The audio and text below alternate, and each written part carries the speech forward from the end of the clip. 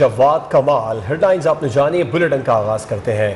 اگر خان صاحب کو ہٹانا ہے تو عدم اعتماد لا کر ہٹانا ہے۔ عوامی مارچ کی تیاری آخری مراحل میں ہے۔ 27 فروری کو کراچی سے نکلیں گے اور سندھ سے ہوتے ہوئے پنجاب میں داخل ہوں گے۔ چیئرمین پیپلز پارٹی بلاول بھٹو نے کوٹ ادو میں میڈیا سے گفتگو میں کہا ہے کہ پیپلز پارٹی کا موقف واضح ہے، ہر ادارے کو اپنے دائرے میں کام کرنا چاہیے۔ عمران کا گھر جانا پاکستان کے عوام کے مسائل کا حل ہے، اس ایک پوائنٹ کے نتیجے پہ کوئی کنسنسس بن سکے۔ پارٹی کی طرف سے تیاری اور موبلائزیشن اب جنوری سے چلتا آ رہا ہے اور ہم آخری مرحلوں میں پہنچ چکے ہیں۔ 27 فروری کو ہم کراچی سے نکلیں گے اور پورا سندھ کا دورہ کر کے ہم مارچ کے سیکنڈ تک تقریباً انشاءاللہ پنجاب میں داخل ہوں گے، رحیم یار خان سے اور وسیب کا ٹور کر کے پھر جی ٹی روڈ سے گزرتے ہوئے ہم اسلام آباد پہنچیں گے۔ پی ٹی آئی کے ساتھ اپوزیشن کے سینئر لوگ رابطے میں ہیں۔ اسپیکر قومی اسمبلی اسد قیصر کا دعویٰ، کہا حزب اختلاف کسی معاملے کا ایشو بنانا چاہتی ہے تو بنائے، تاہم ملک اس وقت کسی محاذ آرائی کا متحمل نہیں ہو سکتا۔ 2023 الیکشن کا سال ہے، الیکشن زیادہ دور نہیں، دیکھیں عوام کسے ووٹ دینا چاہتے ہیں، پھر وہی منتخب حکومت ہوگی۔ روٹین میں چیزیں ہوتی ہیں، گھر میں بھی ہوتی ہیں، کوئی وہ تو ایسا نہیں ہے، لیکن آپ نے دیکھی نا جو ہم نے بل پاس کیے ہیں وہ سارے اسٹرینتھ ہے، یہ ایک کچھ بنانا چاہتے ہیں، ہوا بنانا چاہتے ہیں، کریں۔ یہ جمہوری ملک ہے، الیکشن کا ٹائم بھی اتنا دور نہیں ہے، وہ آ جائے گا، بس جس کو پھر عوام دینا چاہتے ہیں ہم اس کو ووٹ دیں گے۔ لیکن میں سمجھتا ہوں کہ یہ اس وقت جو ہے نا اس قسم کی محاذائی کا جو نا ماحول نہیں ہے جو کچھ کرنا چاہتے تھے۔ کارکردگی میں کم نمبر ملنے پر وزیر خارجہ شاہ محمود قریشی ناراض ہو گئے، وزارتوں کی کارکردگی جانچنے کے طریقہ کار پر سوالات اٹھا دی۔ کہا وزارت خارجہ کو 11واں نمبر دینے پر تشویش ہے، وزارت خارجہ نے 26 میں سے 22 اہداف حاصل کیے۔ وزارتوں کی کارکردگی جانچنے کا طریقہ کار، وزیر خارجہ شاہ محمود قریشی نے وزارت خارجہ کو 11واں نمبر دینے پر کئی سوالات اٹھا دیے۔ شاہ محمود قریشی نے وزیر اعظم کے معاون خصوصی شہزاد ارباب کو خط لکھا اور وزارت خارجہ کو 11واں نمبر دینے پر شدید تشویش کا اظہار کیا۔ خط میں کہا گیا کہ پرفارمنس ایگریمنٹ کی پہلی سہ ماہی میں وزارت خارجہ نے 26 میں سے 22 اہداف حاصل کیے، جبکہ دوسری سہ ماہی میں 24 میں سے 18 اہداف کامیابی سے حاصل کیے گئے۔ وزارت خارجہ نے یقینی بنایا کہ ریویو پیریڈ کے دوران کوئی معاملہ زیر التوا نہ رہے۔ اس دوران وزارت خارجہ نے اعلیٰ سطح کی سرگرمیاں بھی کی۔ شاہ محمود قریشی نے خط میں کہا کہ وزارت خارجہ کے کاموں پر مولانا فضل الرحمان کی زیر صدارت پی ڈی ایم کا سربراہی اجلاس، پی ڈی ایم نے وزیر اعظم کے خلاف تحریک عدم اعتماد لانے کا فیصلہ کر لیا ہے۔ آپ کو آگاہ کر رہے ہیں کہ مولانا فضل الرحمان کی زیر صدارت پی ڈی ایم کا سربراہی اجلاس ہوا شہباز شریف کی رہائش گاہ پر، جس میں پی ڈی ایم کی جانب سے وزیر اعظم کے خلاف تحریک عدم اعتماد لانے کا فیصلہ کر لیا گیا ہے۔ اجلاس میں سربراہی اجلاس تھا اور تمام اپوزیشن جماعتوں کے سربراہان موجود تھے۔ مولانا فضل الرحمان اس وقت میڈیا سے بات بھی کر رہے ہیں۔ اس حوالے سے ایک تو پی ڈی ایم اس وقت پی ڈی ایم کے سربراہی اجلاس کے بعد سربراہ پی ڈی ایم مولانا فضل الرحمان اور شہباز شریف مشترکہ پریس کانفرنس کر رہے ہیں۔ جائز قرآن کے خلاف عدم اعتماد لائیں گے اور اس سلسلے میں جو حکومت کی حلیف جماعتیں ہیں ان سے بھی رابطے کریں گے کہ وہ اپنا اتحاد ختم کر کے ملک اور قوم پر رحم کریں اور ملک کے مستقبل اور عوام کی بدحالی جو اس وقت ہے اس کو مد نظر رکھیں اور ایسی حکومت کے اتحادی بننا جو ہے وہ شاید اب مزید سیاسی طور پر اور اقتصادی طور پر ملک کے لیے مفید نہیں ہے۔ اس سلسلے میں ہم ایک وفد بھی تشکیل دے رہے ہیں، جس کے ارکان کا فیصلہ بعد میں کیا جائے گا، جو حلیف جماعتوں سے رابطہ کرے گی اور ان کو اپنے اس موقف پر قائل کرنے کی کوشش کرے گی۔ تو فی الحال تو ہم نے اب یہ فیصلہ کر لیا۔ مولانا صاحب